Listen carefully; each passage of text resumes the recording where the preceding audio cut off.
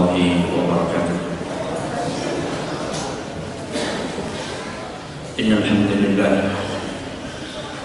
نحمده ونستعينه ونستغفره ونعوذ بالله من شرور أنفسنا ومن سيئات أعمالنا. من يهده الله فلا مضل له ومن يضلل فلا هادي له. وأشهد أن لا إله إلا الله وحده لا شريك له وأشهد أن محمدا عبده ورسوله. يا أيها الذين آمنوا اتقوا الله حق تقاته ولا تموتن إلا وأنتم مسلمون. يا أيها الناس اتقوا ربكم الذي خلقكم من نفس واحدة وخلق منها زوجها وبث منهما رجالا كثيرا ونساء واتقوا الله الذي تساءلون به والأرحام إن الله كان عليكم رقيبا.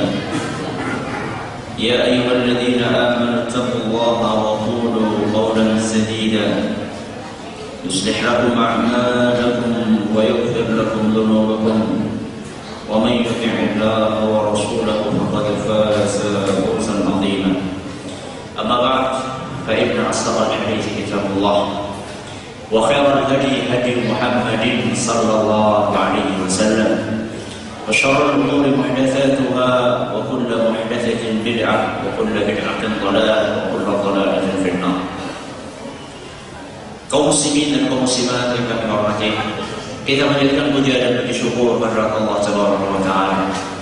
Pada kesempatan pagi yang sangat cerah ini, kita masih kembali diberi kekuatan, kesehatan, hidayah serta taufik dari Allah Jalla wa Ala, sehingga kita bisa hadiri kajian pada pagi hari ini. Kita berharap semoga Allah Subhanahu wa taala berkenan untuk melimpahkan kepada kita semua ilmu yang bermanfaat sehingga bisa kita amalkan sebagai bekal untuk menghadap kepada Allah Jalla wa Ala.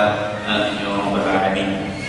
Salam dan salam semoga selalu tersanjungkan ke junjungan kita Nabi besar Muhammad sallallahu alaihi wasallam, kepada para sahabatnya, keluarganya dan umatnya yang siap mengikuti tuntunannya hingga hari akhir nanti. Kaum muslimin dan kaum muslimat yang kami hormati, materi kita pada pagi hari ini adalah orang yang paling kaya. Orang yang paling apa? Kaya. Sebelum kita membahas materi ini, saya ingin bertanya kepada jamaah sekalian, siapa orang yang paling kaya pada zaman ini? Siapa? Bill Gates. Ada jawaban yang lain? Mungkin Bill Gates perusahaannya lagi mundur sekarang, mungkin ada yang mengumpuli dia. Saya nggak tahu, majalah Forbes itu barusan mencantumkan daftar orang-orang paling kaya di dunia. Mungkin ada yang mengatakan Bill Gates yang punya perusahaan Microsoft. Mungkin juga ada yang mengatakan, oh bukan Ustaz, orang yang paling kaya itu adalah pemain basket siapa gitu. Saya lupa sekarang. Kalau dulu saya masih ingat Michael Jordan dan sebagainya. Atau mungkin ada yang mengatakan, oh bukan Ustaz, sekarang yang paling kaya itu pemain sepak bola. Ini anak SMP nih. Siapa pemain sepak bola yang kenal sekarang? Siapa? Ini apa? Kalau anak-anak ini apa nih? Cukup. Kenapa? Ketika ditanya tentang orang yang paling kaya, selalu jawabannya adalah artis, pemain sepak bola, pemain basket, bos perusahaan anu dan itu. Kenapa? Jawabannya karena ukuran kekayaan di benak kebanyakan orang adalah materi. Mengukur kaya dengan jumlah harta yang dimiliki. Padahal seandainya ukuran kaya yang kita gunakan adalah ukuran syariat, nyatanya kita pun berpeluang untuk menjadi orang yang paling kaya. Makanya saya heran, kenapa kok gak ada di antara jamaah sekalian ketika saya tanya siapa yang paling kaya, kok gak ada yang angkat tangan? Kenapa antum gak ada yang angkat tangan? Apakah antum tuh merasa gak pede untuk menjadi orang yang paling kaya? Padahal kalau kita pakai barometer syariat, kita yang ada di sini, bahkan sampai anak-anak SMP ini, mereka berpeluang untuk menjadi orang yang paling kaya.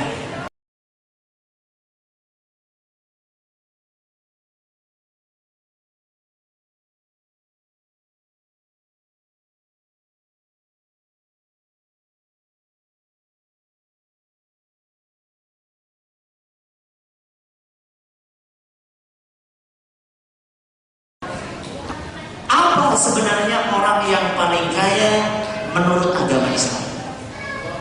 Disebutkan oleh Nabi SAW dalam suatu hadis yang diriwayatkan oleh Imam Bukhari dan Muslim dari Abu Hurairah radhiyallahu anhu.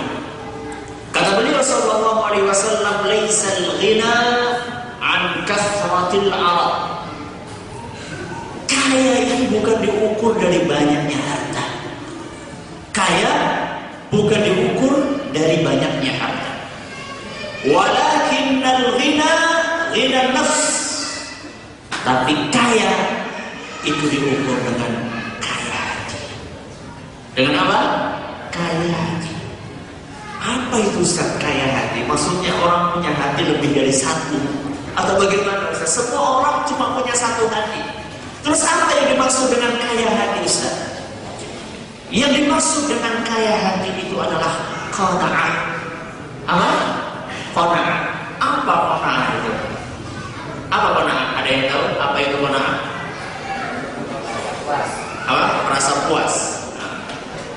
Merasa puas. Ada jawaban lain? Apa? Merasa cukup. Bagus sekali. Ada mungkin jawaban yang lain? Merasa puas, merasa cukup. Ada jawaban yang lain? Hah? Gak ada nih, cuma dua jawabannya. Bagus, itu jawaban yang betul. Qanaah itu adalah merasa cukup. Merasa cukup dengan berapapun yang diberikan oleh Allah. Itu yang namanya apa? Qanaah. Di sini Nabi kita Shallallahu Alaihi Wasallam memberikan suatu ukuran dengan ukuran syariat. Kaya menurut syariat adalah dengan kaya hati. Tapi kalau menurut pandangan manusia biasa, kaya ya kaya harta. Dan Nabi kita Shallallahu Alaihi Wasallam sering beliau itu memberikan ukuran-ukuran syariat yang berbeda dengan ukuran dunia. Contoh, saya akan membawakan beberapa contoh. Contoh kuat. Ukuran kuat menurut kita apa? Hah? Fisik. Bagus. Orang kayak Mike Tyson itu apa? Kuat. Kalau sekarang siapa petinju yang kuat? Chris John. Chris John dia adalah orang yang kuat. Mengukur kuat dengan kekuatan apa? Fisik. Tapi kalau Nabi Shallallahu Alaihi Wasallam memberikan ukuran kuat, itu bukan dengan kekuatan fisik. Kata Nabi Shallallahu Alaihi Wasallam dalam suatu hadis yang diriwayatkan oleh Imam Bukhari dan Muslim dari Abu Hurairah radhiyallahu anhu, kata beliau, "Laisa syadidu bis-sur'ah." Kekuatan itu bukan diukur dengan kekuatan dalam pintar untuk berkelahi. Nah, kalau kita kan sekarang siapa sih orang yang kuat? Itu orang yang kalau kelahi nggak pernah kalah. Sampai dia itu menjadi penguasa karena saking kuat dia. Seperti kalau di Jakarta itu ada preman namanya siapa? Siapa? Hercules. Nah, ada preman namanya Hercules. Dia yang menguasai premanisme di Jakarta karena dia paling kuat. Kata Nabi SAW, "Laisa asyadidu bis-sur'ah." Kekuatan itu bukan diukur dengan kepandaian seseorang dalam berkelahi. Terus bagaimana wahai Rasul? Kata beliau sallallahu alaihi wasallam, "Innamas syadidu alladhi yamliku nafsahu 'inda al-ghadab." Tapi kekuatan seseorang itu diukur dengan apa? Dengan kekuatan dia untuk menahan amarah. Nah, jadi kalau kita ingin tahu orang yang kuat menurut agama Islam adalah orang yang kuat menahan amarah. Ini baru orang yang kuat. Jadi kalau kita ingin tahu mana sih orang yang kuat, itu adalah orang yang kalau misalnya dia dipancing kemarahannya, dia gak marah.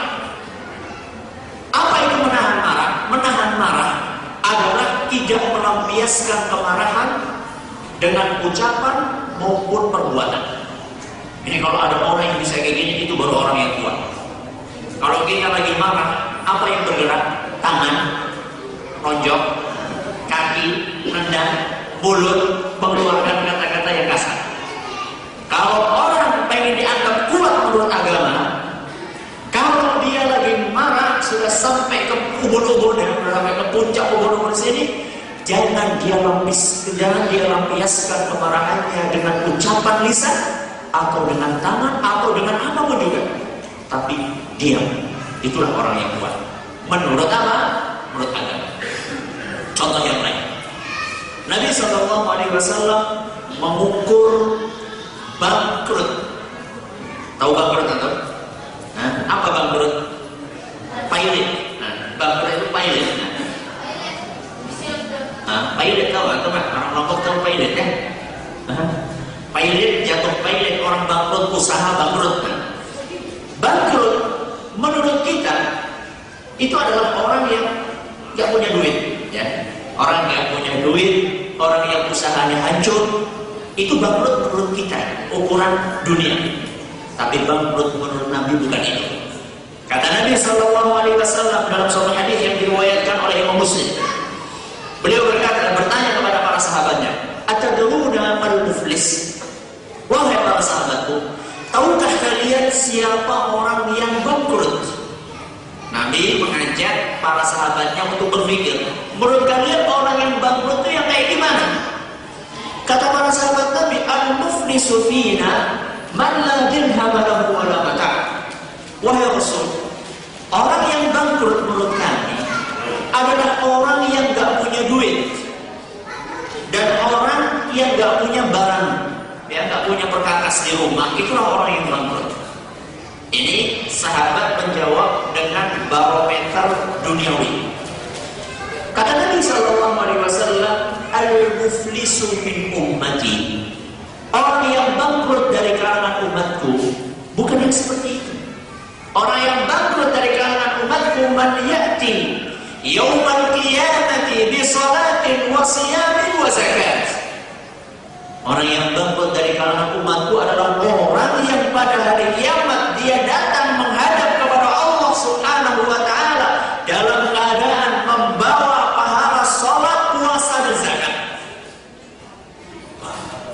Kok bisa? Justru orang yang salat, yang puasa, yang zakat dikatakan apa? Bangkrut. Belum selesai. Hadisnya jangan dipotong di sini. Jangan fawailun lil musallin. Salah-salah orang yang apa? Sholat. Dipotong sampai sini jangan, nggak boleh. Harus dilanjutkan. Apa kelanjutannya? Kata Nabi SAW, orang yang bangkrut dari kalangan umatku adalah orang yang pada hari kiamat nanti dia menghadap kepada Allah dalam keadaan membawa pahala sholat, puasa dan zakat. Tapi kata Nabi, wa ya'ti wa qad syatama hadza. Tapi dia selain sholat, puasa, zakat, ketika di dunianya dia juga suka mencaci orang lain. Wa qadhafa hadza, dan menuduh orang lain. Wa akala mala hadza, dan memakan harta orang lain. Wa safaka dama hadza, dan menumpahkan darah orang lain. Wa daraba hadza, dan memukul orang lain. Berarti dia nggak cuma sholat, tapi apa? Melakukan perbuatan-perbuatan yang menzalimi orang lain. STMJ, sholat terus, maksiat apa? Jalan. STMJ, sholat terus, maksiat jalan. Sholat iya, tapi suka mencaci orang lain. Sholat iya, tapi suka menggunjing orang lain. Sholat iya, tapi suka menyakiti orang lain. Kenapa orang yang seperti ini dikatakan bangkrut oleh Nabi Sallallahu Alaihi Wasallam? Kata beliau Sallallahu Alaihi Wasallam, "Fayu'ta lihada min hasanatihi." Pahalanya ini diberikan kepada orang yang pernah dizalimi. Misalnya, pahala sholatnya dicabut oleh Allah Subhanahu wa Ta'ala, diberikan kepada orang yang dulu pernah dia sakiti ketika di dunia. Wa yu'ta lihada min hasanatihi. Pahala puasanya dicabut oleh Allah Subhanahu wa Ta'ala, diberikan kepada orang yang dulu pernah dia gunjing ketika di dunia. Wa yu'ta lihada min hasanatihi. Kemudian pahala zakatnya dicabut oleh Allah Subhanahu wa Ta'ala, diberikan kepada orang yang dulu pernah dia pukul ketika di dunia. Jadi pahalanya, puasanya, sholatnya, zakatnya dicabut oleh Allah, diberikan, dibagikan kepada orang-orang yang dulu pernah dizalimi. Kata Nabi Sallallahu Alaihi Wasallam, "Fa in faniyat hasanatuhu." Seandainya pahala orang tersebut sudah habis, karena sudah dibagi-bagi, sholatnya sudah diambil, dibagikan kepada orang yang pernah dulu dia sakiti, puasanya diambil, zakatnya diambil, semuanya sudah habis. Ternyata masih ada orang yang dizalimi yang belum kebagian pahala. Karena saking banyaknya orang yang apa? Yang dizalimi. Apa kata Nabi Sallallahu Alaihi Wasallam? Wa yukhadu min sayyi'atihim fayutrahu alaihi wa yutrahu finnar. Kemudian kalau misalnya pahala orang yang menzalimi tadi sudah habis, tapi masih banyak orang yang ngantri karena dizalimi, banyak yang dia zalimi ketika di dunia, maka orang-orang yang dizalimi dosa-dosanya diambil oleh Allah Subhanahu wa Ta'ala, kemudian dilemparkan kepada orang tersebut, lalu dijebloskan ke dalam api neraka. Itulah orang yang bangkrut. Orang yang bangkrut adalah orang yang pada hari kiamat nanti dia tidak mengambil manfaat dari ibadah yang dia kerjakan, karena ibadahnya sudah dicabut pahalanya oleh Allah Subhanahu wa Ta'ala. Maka Islam itu bukan cuma sholat, puasa, dan zakat. Islam juga menjaga lisan, Islam juga menjaga tangan, Islam juga menjaga kaki, Islam juga menjaga hati. Semuanya kita jaga.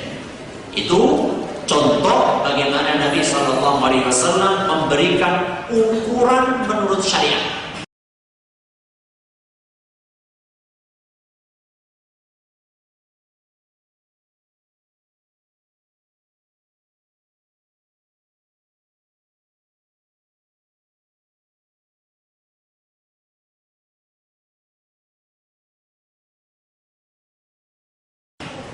Kita kembali kepada pembahasan kita, orang yang paling kaya. Jadi orang yang paling kaya menurut syariat apa tadi? Orang yang paling apa?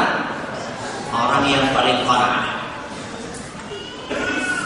Orang yang punya sifat qanaah, rezeki berapapun yang dia dapatkan, dia akan menerima.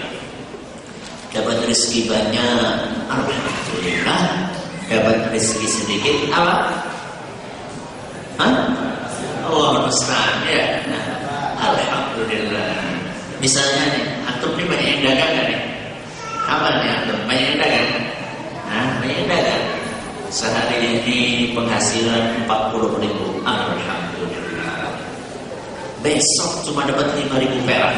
Gimana? Istighfar ya. Astagfirullah, kenapa cuma dikit banget kayak gini? Kalau kita sudah bisa mengamalkan sifat yang namanya qanaah tadi, maka kita akan menjadi orang yang paling kaya di dunia. Dan ujung-ujungnya kita akan beruntung di dunia dan di akhirat. Kata Nabi Sallallahu Alaihi Wasallam dalam suatu hadis yang diriwayatkan oleh Imam Muslim, "Qad aflaha man aslam." Beruntunglah orang yang berislam. Wa ruziqa kafafan, dan dikaruniai rezeki yang cukup. Wa qanna'ahu Allahu bima atah, dan Allah jadikan dia orang yang qanaah. Kata Nabi SAW, qad aflah. Orang yang seperti ini dia itu telah beruntung. Kalau kita menggunakan barometer ini, bisa jadi orang yang penghasilannya sehari 20.000 rupiah lebih kaya dibandingkan orang yang penghasilannya satu hari 20 juta rupiah. Kalau kita menggunakan apa? Barometer kaya menurut syariat. Kenapa? Ada dua orang nih. Yang satunya pedagang kaki lima, yang setiap harinya cuma dapat 20.000 perak. Yang satunya konglomerat, seharinya penghasilannya berapa? 20 juta rupiah. Lebih kaya yang mana ini? Lebih kaya yang mana? Kalau menurut ukuran duniawi, lebih kaya yang apa? Konglomerat. Gak ada bandingannya. 20.000 perak buat beli beras habis, buat beli lauk habis. Ini yang 20 juta jelas ini lebih kaya. Itu menurut ukuran apa? Menurut ukuran duniawi. Tapi kalau menurut ukuran agama belum tentu. Bisa jadi orang yang penghasilannya 20.000 rupiah itu lebih kaya daripada orang yang penghasilannya 20 juta rupiah. Kok bisa Ustaz? Bisa. Karena apa? Karena orang yang penghasilannya 20.000 rupiah tadi bisa jadi dia itu orangnya menerima apa yang diberikan oleh Allah. Dan dia merasa cukup dengan 20.000 perak. Kan ada orang yang alhamdulillah 20.000 perak cukup, alhamdulillah. Kebalikannya, orang yang 20 juta rupiah penghasilannya setiap hari, dia merasa kurang. Wah, 20 juta kurang ini. Kita kan pengen beli mobil yang harganya 1 miliar, 20 juta ini masih kurang. Kurang dan kurang. Sebenarnya orang tersebut bukan orang kaya, tapi dia adalah orang miskin. Kenapa? Karena orang miskin adalah orang yang kekurangan. Ya enggak? Orang kaya adalah orang yang berkecukupan. Sedangkan orang yang penghasilannya 20.000 perak tadi, dia berkecukupan. Dia merasa cukup, makanya dia orang kaya. Kebalikannya orang yang penghasilannya 20 juta tadi, dia adalah orang miskin karena dia adalah orang yang senantiasa merasa kekurangan. Gimana? Bisa jadi orang kaya? Bisa nggak? Bisa.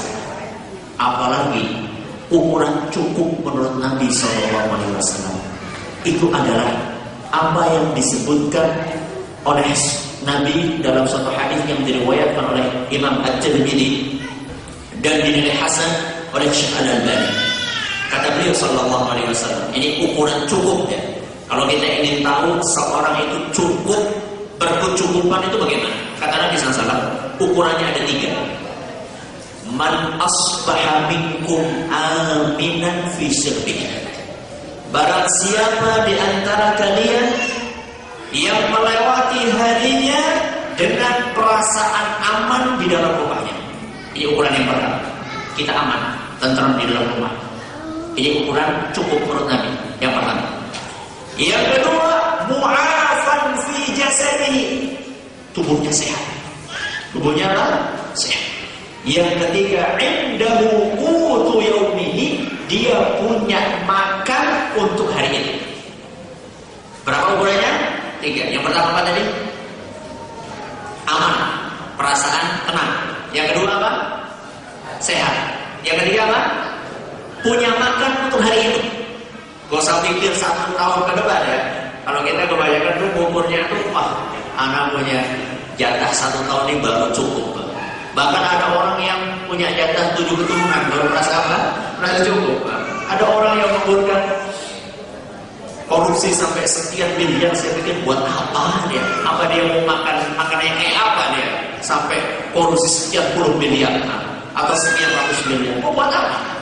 Kalau Nabi SAW ukuran berkecukupan, kata beliau Sallallahu Alaihi Wasallam, dia tenang hatinya, aman, merasa aman. Yang kedua, tubuhnya sehat. Yang ketiga apa? Punya makanan hari itu. Kata Nabi SAW, orang yang memiliki 3 hal ini, faka'annama izat lahu dunia.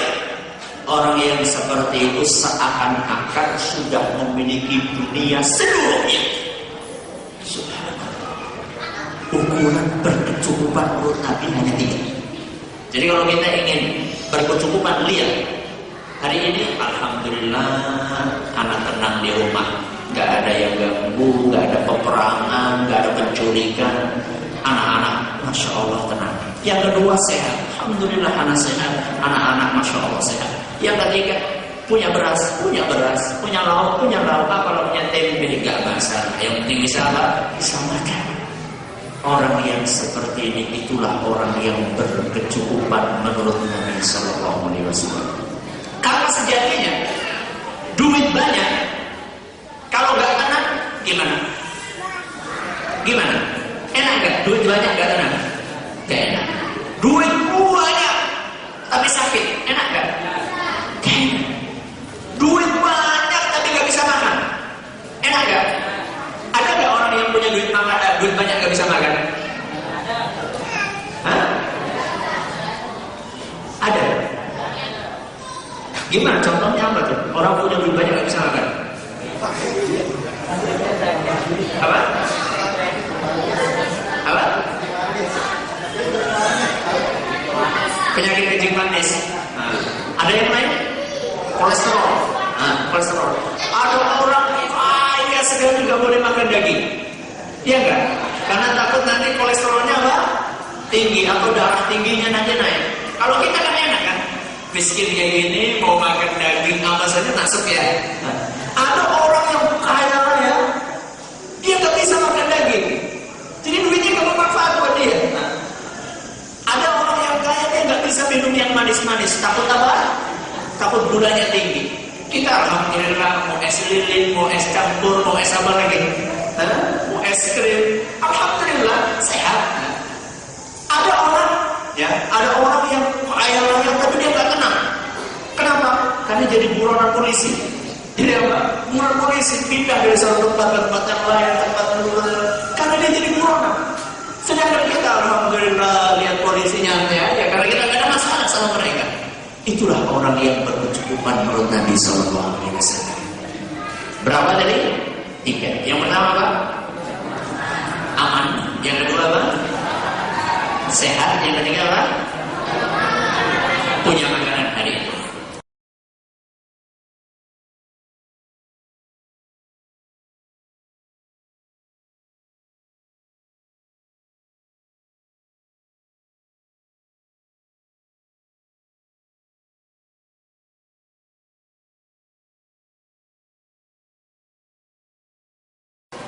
Bagaimana supaya kita menjadi orang yang qanaah?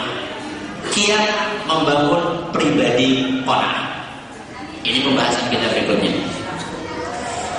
Supaya kita bisa qanaah, caranya satu. Kita harus meyakini bahwasannya rezeki itu di tangan siapa? Allah. Kemudian yang kedua, kita harus meyakini bahwasanya yang kita dapatkan itu sudah dicatat oleh Allah. Dan kita tidak akan melebihi apa yang sudah dicatat tersebut. Ini yang kedua. Pertama kita meyakini bahwasanya rezeki itu sumbernya dari Allah, bukan dari manusia. Yang kedua, kita meyakini bahwasanya rezeki yang kita dapatkan itu sudah tercatat di sana. Sudah tercatat di Lauhul Mahfuz bahwasanya fulan hari ini akan dapat 50.000 perak dan tidak akan pernah lebih dari apa yang Allah catat. Kata Allah Subhanahu wa taala dalam Al-Qur'an surat Hud ayat 6. Dalam Al-Qur'an surat Hud ayat 6 Allah Subhanahu wa taala berfirman, "Wa ma min dabbatin fil ardi illa 'ala Allahi rizquha." Tidak ada satu makhluk pun yang bernyawa di muka bumi ini melainkan semuanya sudah dijamin oleh Allah rezeki. Jadi rezeki itu sudah dijamin oleh Allah Subhanahu wa taala. Berapapun rezeki sudah dijamin oleh Allah Subhanahu wa taala. Dan kita sudah ditentukan hari ini akan dapat berapa dan tidak mungkin kita akan lewat dari batas tersebut. Sekalipun ini itu jungkir balik. Kalau sudah ditakdirkan hari itu kita cuma dapat 20.000 perak, sekalipun kita akan jungkir balik, kepala jadi kaki, kaki jadi kepala, kerjanya mati-matian sampai nggak sholat. Banyak kan orang yang sakit, anak nanti kalau sholat jadi orang miskin. Takutnya apa? Kayak orang yang punya jaga toko ya, orang punya apa? Punya toko. Dia bilang dari pagi nggak ada orang yang datang, nggak ada orang yang beli. Begitu Allahu Akbar, Allahu Akbar, 5 orang datang mau beli. Berapa orang? 5 orang. Gimana itu antum? Wah ini cobaan ini dari Allah, ini gimana ini? Dari pagi gak ada yang beli, giliran Allah apa? Datang orang mau beli 5 orang sekaligus, gimana itu? Gimana tuh? Sebentar setelah 5 menit lah. Apa salahnya 5 menit? Kita tunggu dulu nih 5 orang nih, kita layani dulu. Orang-orang yang seperti itu meyakini seakan-akan rezeki itu hanya di tangan 5 orang saja. Padahal Allah Subhanahu wa ta'ala rezeki Allah di tangan dia, di tangan Allah Subhanahu wa ta'ala. Maka orang-orang yang meyakini bahwasanya rezeki di tangan Allah, dia hanya akan meminta kepada Allah, bukan meminta kepada manusia. Kata ulama salaf, man minna sa'alallaha hajatahu qabla an yas'alan nas.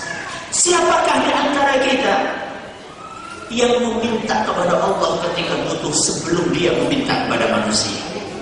Siapa coba di antara kita? Kalau kita lagi kepepet, istri mau melahirkan anak yang ke-10. Ini biasanya keluarga ini anaknya banyak-banyak ternyata. Mau melahirkan anak yang ke-10. Duit gak ada, usaha lagi mundur. Padahal naudzubillah minzalik istri kita harus dioperasi sesar. Wah, itu udah kiamat itu. Gimana saya ini mau cari duit dari mana? Antum yang antum kerjakan, yang kita kerjakan saat itu kira-kira apa? Mencari utang. Utang kepada siapa? Manusia atau kepada Allah? Manusia. Itulah kita. Kita itu pertama kali mencari rezeki, mencari sesuatu kalau lagi butuh itu mengetuk pintunya manusia. Padahal sebenarnya yang betul itu kita ketuk pintu siapa? Allah Subhanahu wa ta'ala. Kenapa? Karena kalau manusia dimintai, suka nggak manusia dimintai? Nggak suka. Tapi kalau Allah Subhanahu wa ta'ala suka. Allah suka kalau hambanya meminta kepada dia. Kalau kita kan beda ya. Ada orang pengemis hari ini datang, si A pengemis, tok, minta kasih kita. Wah kasihan ini orang, minta kita kasih 10.000. Besoknya datang lagi. Besoknya datang lagi, tok. Kita pikir pengemis yang lainnya ternyata buka, si fulan lagi nih. Kemarin kita kasih 10.000, sekarang kita kasih berapa? Ini nanti orang ini jadi ketagihan. Udah kasih 5.000. Kita pikir kasih 5.000, besok datang lagi dia. Tok. Dia lagi. Kita kasih berapa? 1.000 perak. Besok dia datang lagi. Mungkin saat itu hari keempat nih. Hari keempat kita kurang ajar. Kamu tuh udah dikasih 10.000, datang lagi. Saya pikir 10.000 udah cukup buat kamu. Datang lagi. Itulah manusia. Tapi kalau Allah Subhanahu wa ta'ala, semakin kita sering meminta kepada Allah, Allah semakin suka. Bahkan Allah memerintahkan kepada kita agar minta kepada Allah Subhanahu wa ta'ala. Falyastajibu li, hendaklah mereka minta kepadaku. Wa idza sa'alaka 'ibadi 'anni fa inni qarib ujibu da'watad da'i idza da'ani falyastajibu li. Itu perintah dari Allah Subhanahu wa ta'ala. Seandainya hamba-Ku bertanya tentang aku dekat. Fa inni qarib ujibu da'watad da'i. Saya akan mengabulkan permintaan orang yang meminta. Falyastajibu li, hendaklah mereka minta kepada Allah. Menawarkan kita supaya kita minta kepada Dia. Dan Allah Subhanahu wa ta'ala adalah Zat yang Maha Kaya. Berapapun yang kita minta, Allah tidak akan merasa miskin. Diceritakan dalam satu hadis qudsi atau dalam satu hadis sahih, seandainya seluruh penghuni dunia, mulai dari Nabi Adam alaihissalam sampai manusia yang lahir terakhir kali sebelum hari kiamat, seandainya semuanya berkumpul fi sa'idin wahid, semuanya berkumpul di satu padang yang luas, semuanya kumpul. Berapa orang itu? Manusia mulai dari zaman Nabi Adam sampai bayi yang cepat baru lahir sebelum hari kiamat, berapa orang itu? Gak terhitung, banyak banget. Kata Nabi SAW, seandainya semuanya minta kepada Allah dan mintanya terserah, minta apa saja. Nah, ditawarkan, misalnya antum nih, ada orang kaya datang sama antum, kamu butuh apa? Berapapun yang kamu minta saya kasih. Kira-kira antum minta? Ini mimpi ya, ini mimpi. Ini mimpi. Kalau ada orang kaya datang sama antum, kamu butuh apa? Semuanya kamu saya kasih. Ini cek nih, cek tulis berapapun saya akan kasih. Antum minta apa? Macam-macam kan? Mungkin yang masih bujang anak pengen istri yang cantik ya. Mungkin yang masih anak pengen apa ya, mainan yang mahal. Mungkin yang sudah punya anak banyak, mungkin saya pengen biaya anak saya sekolah sampai perguruan tinggi ditanggung. Ya sekian banyak. Kata Nabi SAW, seandainya seluruh manusia, mulai dari Nabi Adam sampai bayi yang terakhir, semuanya minta kepada Allah. Bahkan disebutkan dalam riwayat, jinnuhum wa insuhum, bukan hanya manusia, termasuk jin. Jinnya juga ditawarkan, silakan minta. Dan semuanya minta kepada Allah dengan permintaan. Ada yang minta mobil, ada yang minta rumah, ada yang minta emas, ada yang minta tanah, ada yang minta anak, ada yang minta istri, ada yang minta, semuanya minta. Dan semuanya diberi oleh Allah Subhanahu wa ta'ala permintaannya. Butuh berapa ya? Seluruh manusia minta dan permintaannya semua yang diberi. Kata Nabi Sallallahu Alaihi Wasallam, kekayaan Allah tidak berkurang, melainkan seperti jarum yang dimasukkan ke laut, kemudian jarum itu diangkat. Air yang menetes dari jarum itulah perumpamaan karunia Allah yang diberikan kepada seluruh manusia. Berarti sisa kekayaan Allah seberapa? 1 lautan. Itulah Allah yang Maha Kaya. Makanya kenapa kok kita minta kepada manusia sebelum kita meminta kepada Allah? Ya, maka inilah keyakinan. Seandainya kita meyakini bahwasanya rezeki itu sumbernya dari Allah, maka pertama kali mintalah kepada siapa? Ini kiat yang pertama.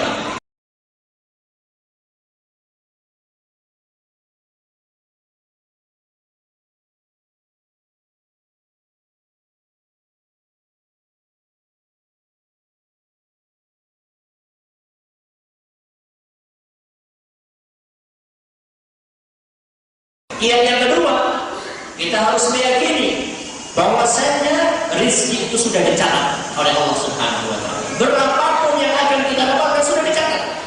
Kata Nabi Sallallahu Alaihi Wasallam dalam satu hadis yang diriwayatkan Imam Al-Hakim dan dinyatakan sahih oleh Syekh Al-Albani, inna ahadakum lan yamuta hatta yastakmila rizqah.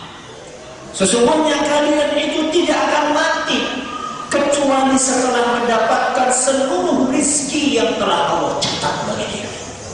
Jadi kita tidak akan mungkin mati kecuali seandainya rezeki yang Allah tentukan semuanya sudah kita dapat. Misalnya si A telah ditakdirkan selama hidupnya dia akan mendapatkan rezeki, misalnya mulai dari lahir sampai mati akan mendapatkan 20 juta. Misalnya mulai dari lahir sampai mati dia telah ditakdirkan oleh Allah rezekinya 20 juta. Orang tersebut tidak akan mungkin mati kecuali setelah lengkap dapat 20 juta. Seandainya dia baru dapat 19 juta 990 rupiah, maka dia tidak akan mati kecuali setelah mendapatkan yang 10 rupiah. Tidak mungkin akan mati. Makanya kalau orang menyadari akan seperti itu, kata Nabi Sallallahu Alaihi Wasallam, fala tastabti'ur rizqa. Janganlah kalian itu tidak sabaran dalam menanti rezeki. Nah, ini buahnya. Kalau orang sudah yakin anak itu gak akan mungkin mati kecuali dapat rezeki yang sudah ditakdirkan, makanya kita jangan usah sabar. Bersabarlah. Udah usaha sekali gagal, usaha sekali gagal, usaha. Kan banyak di antara kita kalau usaha gagal, ini saya ini kok apes sekali. Setiap usaha gagal. Ini bagaimana? Saya ini sebenarnya dapat rezeki apa enggak? Jangan katanya, fala tastabti'ur rizqa. Janganlah kalian tidak sabaran untuk mendapatkan rezeki. Wattaqullaha ayyuhan nas. Dan bertakwalah kalian kepada Allah wahai para manusia. Wa ajmilu fit talab. Dan carilah rezeki secara proporsional. Apa yang proporsional? Carilah rezeki sewajarnya. Cari rezeki apa? Sewajarnya. Jangan sampai gara-gara dari rezeki kemudian gak ngaji, ya. Itu gak proporsional ya. Cari rezeki. Waktunya ngaji. Itulah proporsional. Ya. Jadi jangan sampai kita gara-gara mencari rezeki sampai gak sholat, sampai gak puasa, sampai gak zakat dan sebagainya. Kan banyak orang yang bekerja karena bekerja dia gak mau sholat. Itu tidak proporsional dalam mencari rezeki. Tidak sewajarnya. Kata Nabi SAW, ajmilu fit talab, carilah rezeki secara proporsional. Khudhu ma halal wa da'u ma haram. Ambillah yang halal dan tinggalkanlah yang haram.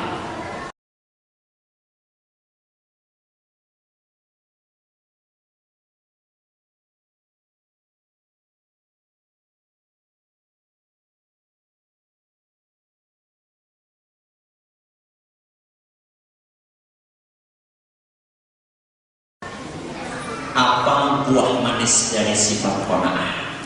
Nah, ini pembahasan kita berikutnya. Tadi kita sudah belajar bagaimana supaya kita qanaah. Kemudian kita akan mempelajari sekarang apa keuntungannya orang yang punya sifat qanaah. 1.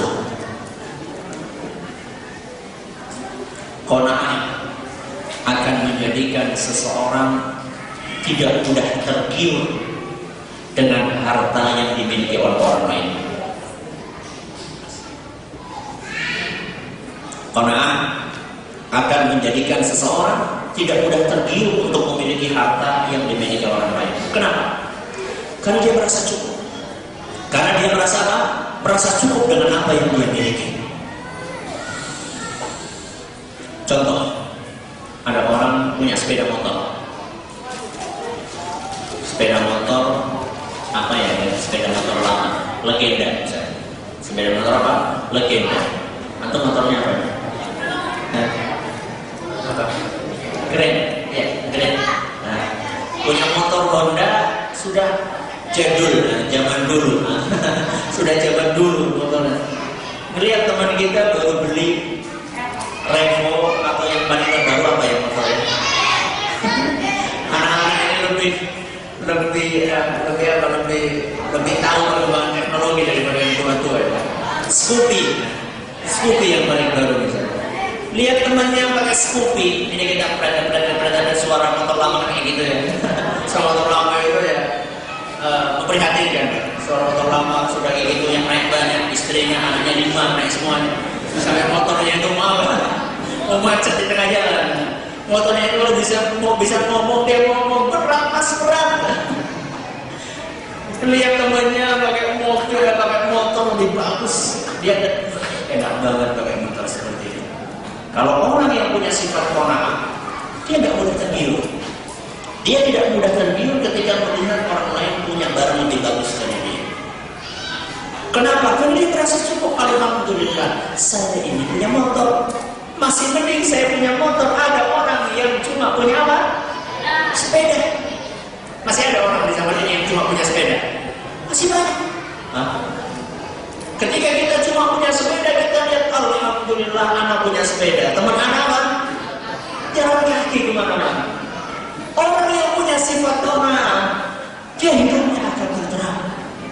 Dia hidupnya akan tenteram. Kenapa? Karena dia itu tidak merasa kekurangan. Dia merasa cukup. Dan inilah karakter para sahabat Nabi SAW. Karakter para sahabat Nabi SAW, mereka adalah orang-orang yang merasa berkecukupan. Dan itu Allah rekam dalam Al-Quran surat Al-Baqarah ayat 273. Dalam Al-Quran surat Al-Baqarah ayat 273 Allah Subhanahu wa taala berfirman, "Yahsabuhumul jahilu aghniya'a minat ta'affuf." Orang lain mengira bahwasanya para sahabat Nabi orangnya adalah kaya-kaya. Kenapa? Karena mereka itu memiliki sifat iffah. Iffah itu tidak mudah minta-minta. Dia merasa cukup. Sehingga orang mengira ini orang kok kaya banget, ya nggak pernah minta-minta. Padahal sebenarnya dia itu orang yang kekurangan. Dia orang yang miskin, cuma dia itu merasa cukup dengan rezeki yang Allah berikan. Yahsabuhumul jahilu aghniya'a minat ta'affuf ta'rifuhum bisimahum la yas'aluna an-nasa ilhafa. Ciri mereka tidak mudah untuk minta-minta. Itulah ciri para sahabat Nabi SAW. Mereka orang yang berkecukupan. Kenapa? Karena mereka tidak pernah minta-minta sama orang lain. Dia merasa cukup dengan apa yang dia miliki. Dan orang yang hidupnya seperti ini, dia akan tenang.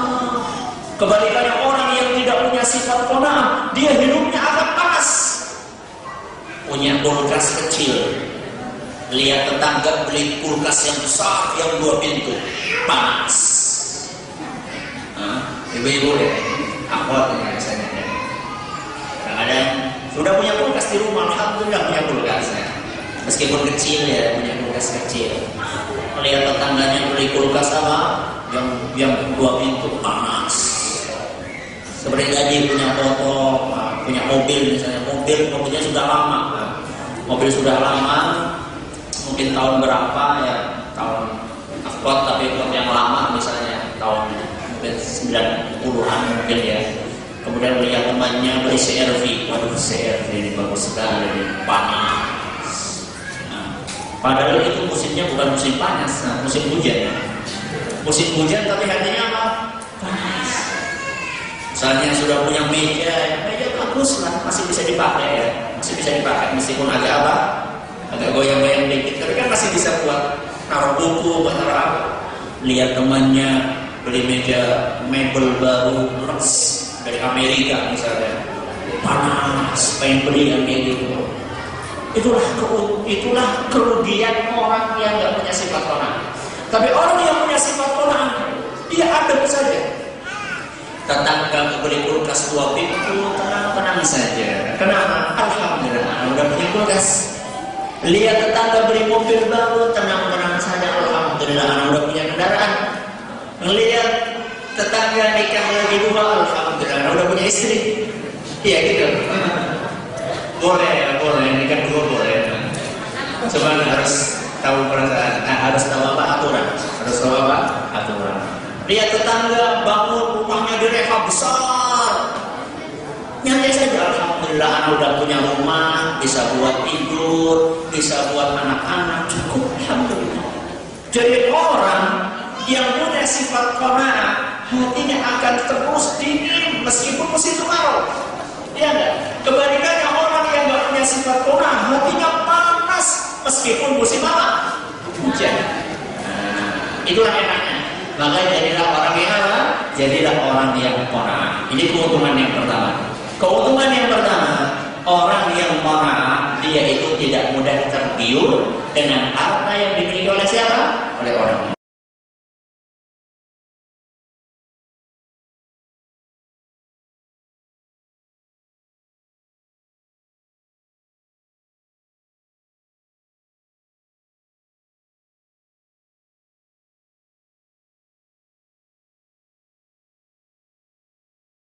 Keuntungan yang kedua, qanaah akan menempa jiwa seseorang untuk tidak mengadu tentang kesusahan hidup kecuali hanya kepada Allah. Ya, orang yang punya sifat qanaah, jiwanya akan ditempa, akan dilatih untuk tidak mengadu kalau lagi susah kecuali hanya kepada Allah. Dan kita kalau sudah sampai araf ini luar biasa. Dan inilah sifatnya para nabi. Sifatnya para nabi. Anak-anak SMP, saya mau tanya nih, anak SMP, bapaknya Nabi Yusuf siapa namanya?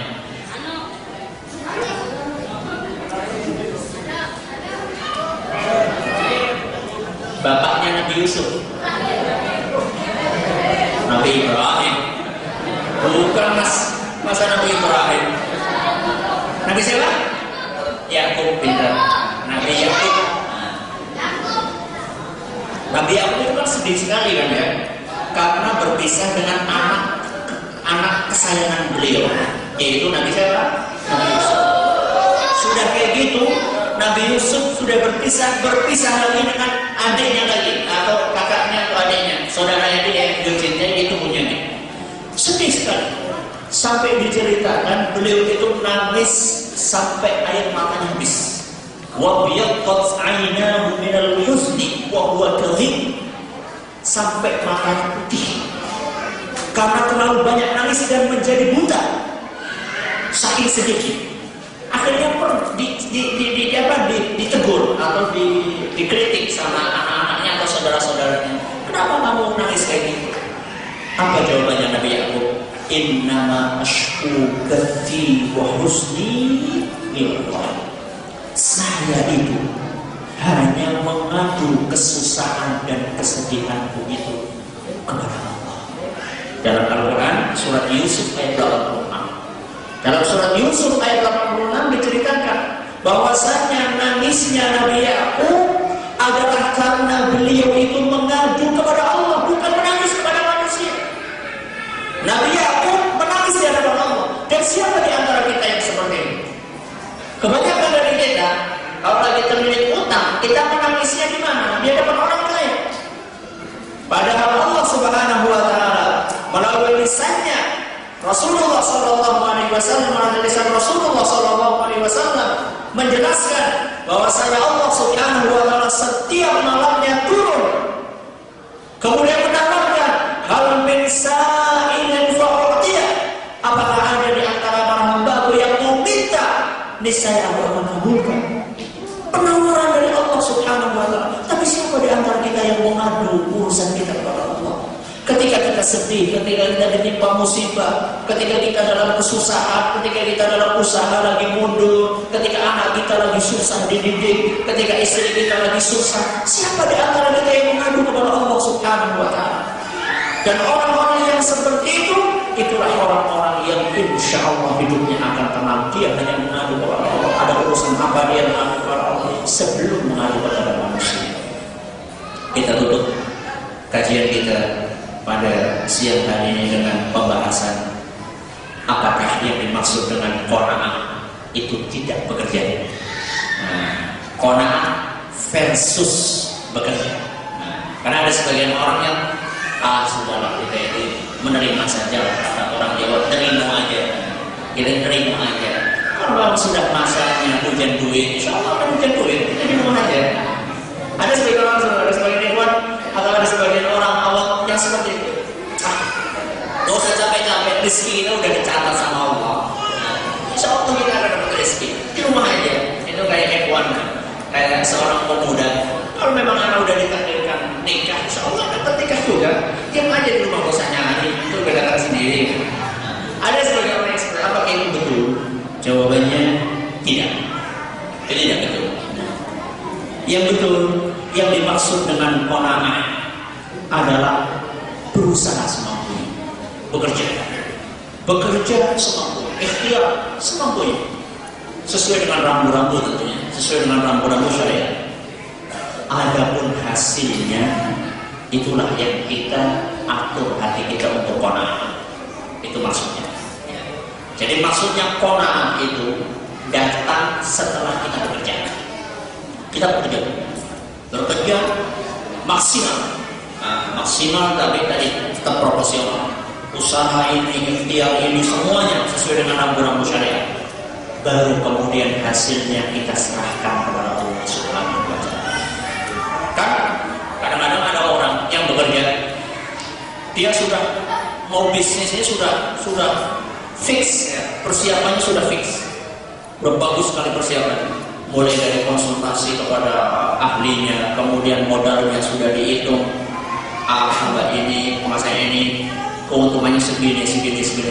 Tapi karena faktor X, kadang-kadang ada orang yang sudah fix persiapannya, tapi ternyata penghasilannya sedikit, tidak seperti yang dia bayangkan. Nah, disinilah permainan sifat qanaah diperlukan. Kita perlu memainkan sifat qanaah dalam jiwa kita. Bukan berarti tidak bekerja. Kata Nabi SAW dalam suatu hadis yang diriwayatkan oleh Imam At-Tirmidzi, dan beliau menyatakan hadis ini hasan sahih, mengumpamakan tawakal yang sebenarnya. Kata beliau SAW, "Lau annakum tawakkaltum 'ala Allahi haqqa tawakkuli." Seandainya kalian benar-benar bertawakal kepada Allah, la ruzqtum kama ruziqat ayy. Niscaya kalian akan diberi rezeki seperti seekor burung diberi rezeki oleh Allah. Ya, kalau kita betul-betul bertawakal kepada Allah, maka kita akan dapat rezeki seperti burung dapat rezeki. Burung dapat rezeki bagaimana? Kata Nabi SAW, "Taghdu khimasa." Burung itu kalau pagi hari meninggalkan sarangnya dalam keadaan perut apa? Kosong. Wa taruhu bitana. Sore hari pulang perut sudah apa? Apakah burung supaya perutnya kenyang dia diam saja di sarangnya? Keluar dari rumahnya. Burung juga mencari nafkah. Itulah perumpamaan yang dibuat oleh Nabi SAW buat kita. Kalau pengen punya anak harus apa? Nikah. Masa orang pengen punya anak gak nikah? Gimana gak nikah punya anak? Kalau pengen dapat rezeki harus bekerja. Orang Islam itu jangan diidentikan dengan umat yang malas. Jangan. Kata Nabi SAW, "Li an yahtatiba ahadukum." Lebih baik kalian itu mencari kayu bakar. Jadi lebih baik kita itu pergi ke gunung sana. Pergi ke gunung mencari kayu bakar di sana. Kemudian kita panggul, kemudian kita jual turun gunung, kita jual di pasar. Kemudian kita dapat berapa perak. Itu kata Nabi SAW lebih baik daripada dia itu meminta-minta. Jadi orang Islam adalah orang yang giat bekerja. Orang Islam adalah bukan orang yang malas. Orang Islam adalah orang yang rajin bekerja. Tapi orang Islam dia juga memiliki sifat qanaah. Dia berusaha kerja keras, hasilnya dia serahkan kepada siapa? Kepada Allah Subhanahu wa Ta'ala. Sampai di sini kajian kita.